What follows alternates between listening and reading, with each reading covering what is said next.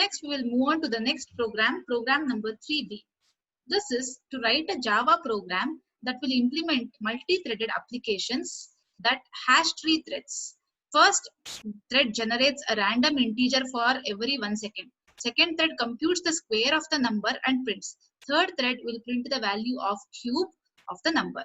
So I have to create a thread which will generate a number randomly, and the two threads which will calculate the square and cube root of the number generated by the thread 1. So as the basics, Java provides a built-in support for multi-threaded programming. So what is multi-threaded program? It contains two or more parts. The program which has two or more parts and which can run concurrently. Whenever a Java thread starts or a Java program starts, the main thread begins running immediately. There will be a main thread. Okay. There are two ways to create a thread. One is by using extending thread class. There is an inbuilt thread class which I can extend, or the other way to create a thread is by implementing runnable interfaces. So the thread class, the first option, the thread class provides constructors and methods to create and perform operations on the threads. Whereas when I come to the second option, that is the runnable interface, it should be implemented by any class whose instances are intended to be executed by a thread. So runnable interface has to be, this is the interface which will be implemented by the class whoever wants to be executed by a thread that is created. Then let's say I have to create a hash tree. What is this hash tree? Hash tree provides an efficient means of storing key value pairs in sorted order. This is about the program 3B. So now we will see the execution part and the understanding of the program and execution of the program. So coming to the execution part, we will continue creating a new class in the same package programs, a new class, and I'll give the name as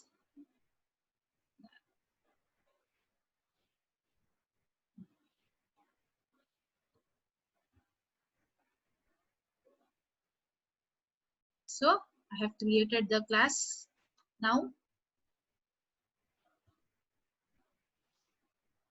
this is the program. We will just understand the flow of the program now.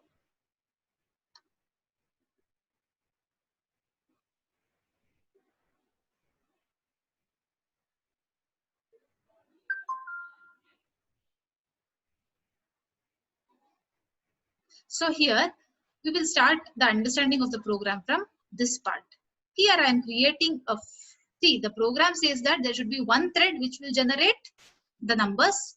That is the thread I am creating here, the one that is creating the random numbers. So I call it as class first, and this extends the thread, that is, it is extending the thread class. Now this public void run is a inbuilt class, inbuilt method that is provided by the thread. So I declare a variable num, then I am creating the random numbers. R, random is a inbuilt program again, R which is equal to new random. So what happens, all the random numbers will be generated with the object R of the class random. So here also there might be some exceptions that will be there. For the purpose what I do, I'm writing the code that may cause some exception within the type. So I do a loop for int I is equal to 0, I less than 5, I plus plus. See, the random numbers will generate n number of random numbers, but I want only to take first 5 numbers. So num is equal to r dot next int 100. R is the object of the random class. So here the num will take one number from the random numbers. The random numbers will generate the numbers, but this I am trying to pick up the few numbers into the value num. From the random numbers, I am picking one number after the other number into the variable num. That is also I am taking only the first 5 numbers. Then what I take, that is the first random number will be taken into the num, and the first thread generated number is num. I just create the, or I just print what is the first number that is being handled, or the first number that is being generated by the random function. Then what I do, I thread T2 is equal to new thread, okay, a new second number. That is, I'm passing the number into, I'm creating one more thread, okay. With the help of that thread, what I'm doing, I'm trying to pass the number to the second thread, which will generate the square of the number, and I start that thread, create a new thread object and pass it to the class second along with the number that is being generated, okay. What will this second do? We will go to that part of the program.